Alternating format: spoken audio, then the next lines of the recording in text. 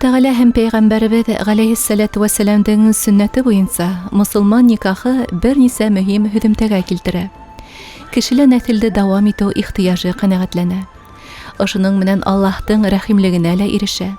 Шулай ук өммәте өсөн генә көйүп, уның ишле булуын теләгән Рәсүлебез саллаллаһу алейһи вәссәлам дә һөендерә.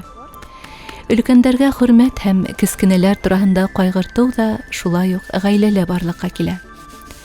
Гаилә ул мөхәббәттең һәм тәрбиянең беренче сыганагы, дип һанай Сибайда яшәүче Азалия менән Әхмәт Вәлиевтәр. Һәм 2 яшьлек Зәйнәбен матур мөхиттә, ислам рухында тәрбияләүгә бар тырышлыгын һала.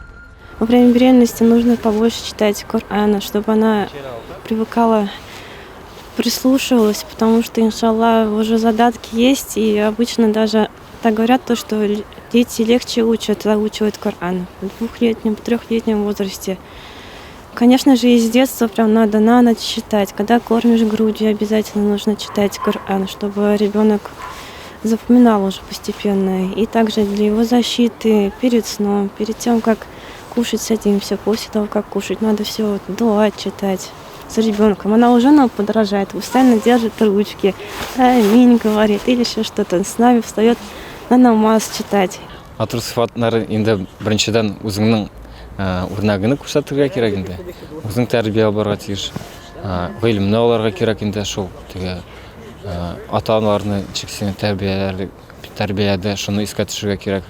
Һәм аңлатырга инде, аралашырга, баланы җибәрмәскә, теге берүзе анда социаль ширкәтләрдә гыйлем алмасын өчен гаиләдә теге мәхәббәтне күрмәсә инде, ул икенче җирдә шул мәхәббәтне эзли башлый.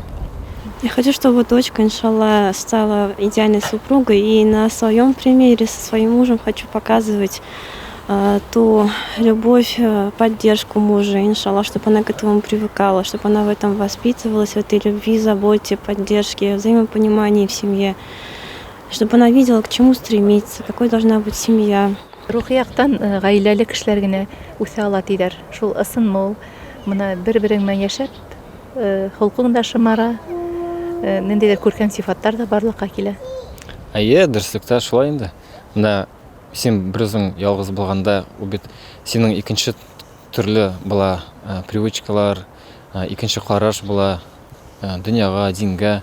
Аннан соң инде синең тормыш иптәшең булгач яки балаң, син инде шул кайберләрне икенче төрле эшлисең. Һәм инде шул вакытта тәрбияләнәсең инде. Гаиләдә бер-береңә карап хоклану түгел, тормыш хукмагынан бер юнәлеш алып атлауың мөһим. Гыйбадәтле пардан охшаш йөрдәре, уй ынтылыштары ифрат күп була. Валиевтар да кыла шулай. Бәлих яшьтән үк Раббыбыз кушканы буенча дөнья көткән был гаиләлә гүзәл катын кешеләрде хиҗамы менән давалай. Белеме буенча Азалия фельдшер-акушер.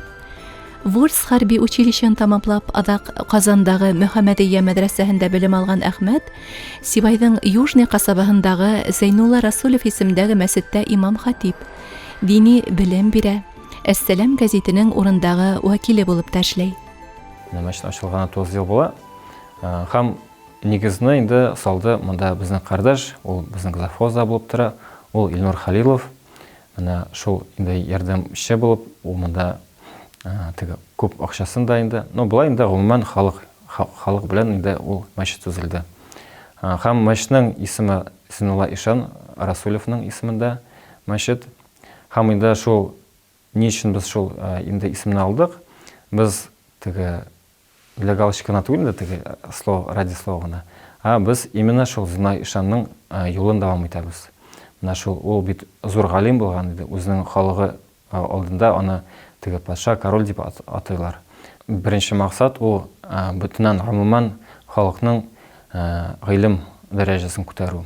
Чөнки инде ул наданлыкта, җаһилияттә ул бик безнең бузык җәмгыять була. Иң беренче максат шул инде.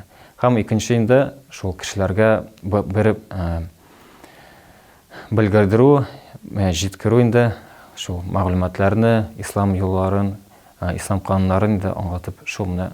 Һәм инде өченчесе шул газет белән шөгыльләнгәч инде шул Әссәлам газеты аркасында күп инде безнең күп шул теге массага бара. Һәм дә без инде шул газет ашада дағват қылабыз һәм дә өйрәтәбез кешене. Башка Аллаһ йортларындагы кебек, эре бүрәнәләрдән һалынган был мәсеттә лә ис китмәле рәхәт һәм йылы.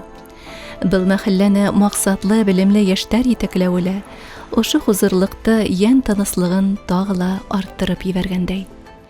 Бездә алыштырасак яшьтәрнең гыйлемгә ынтылышын гел үстереп тор, Раббым.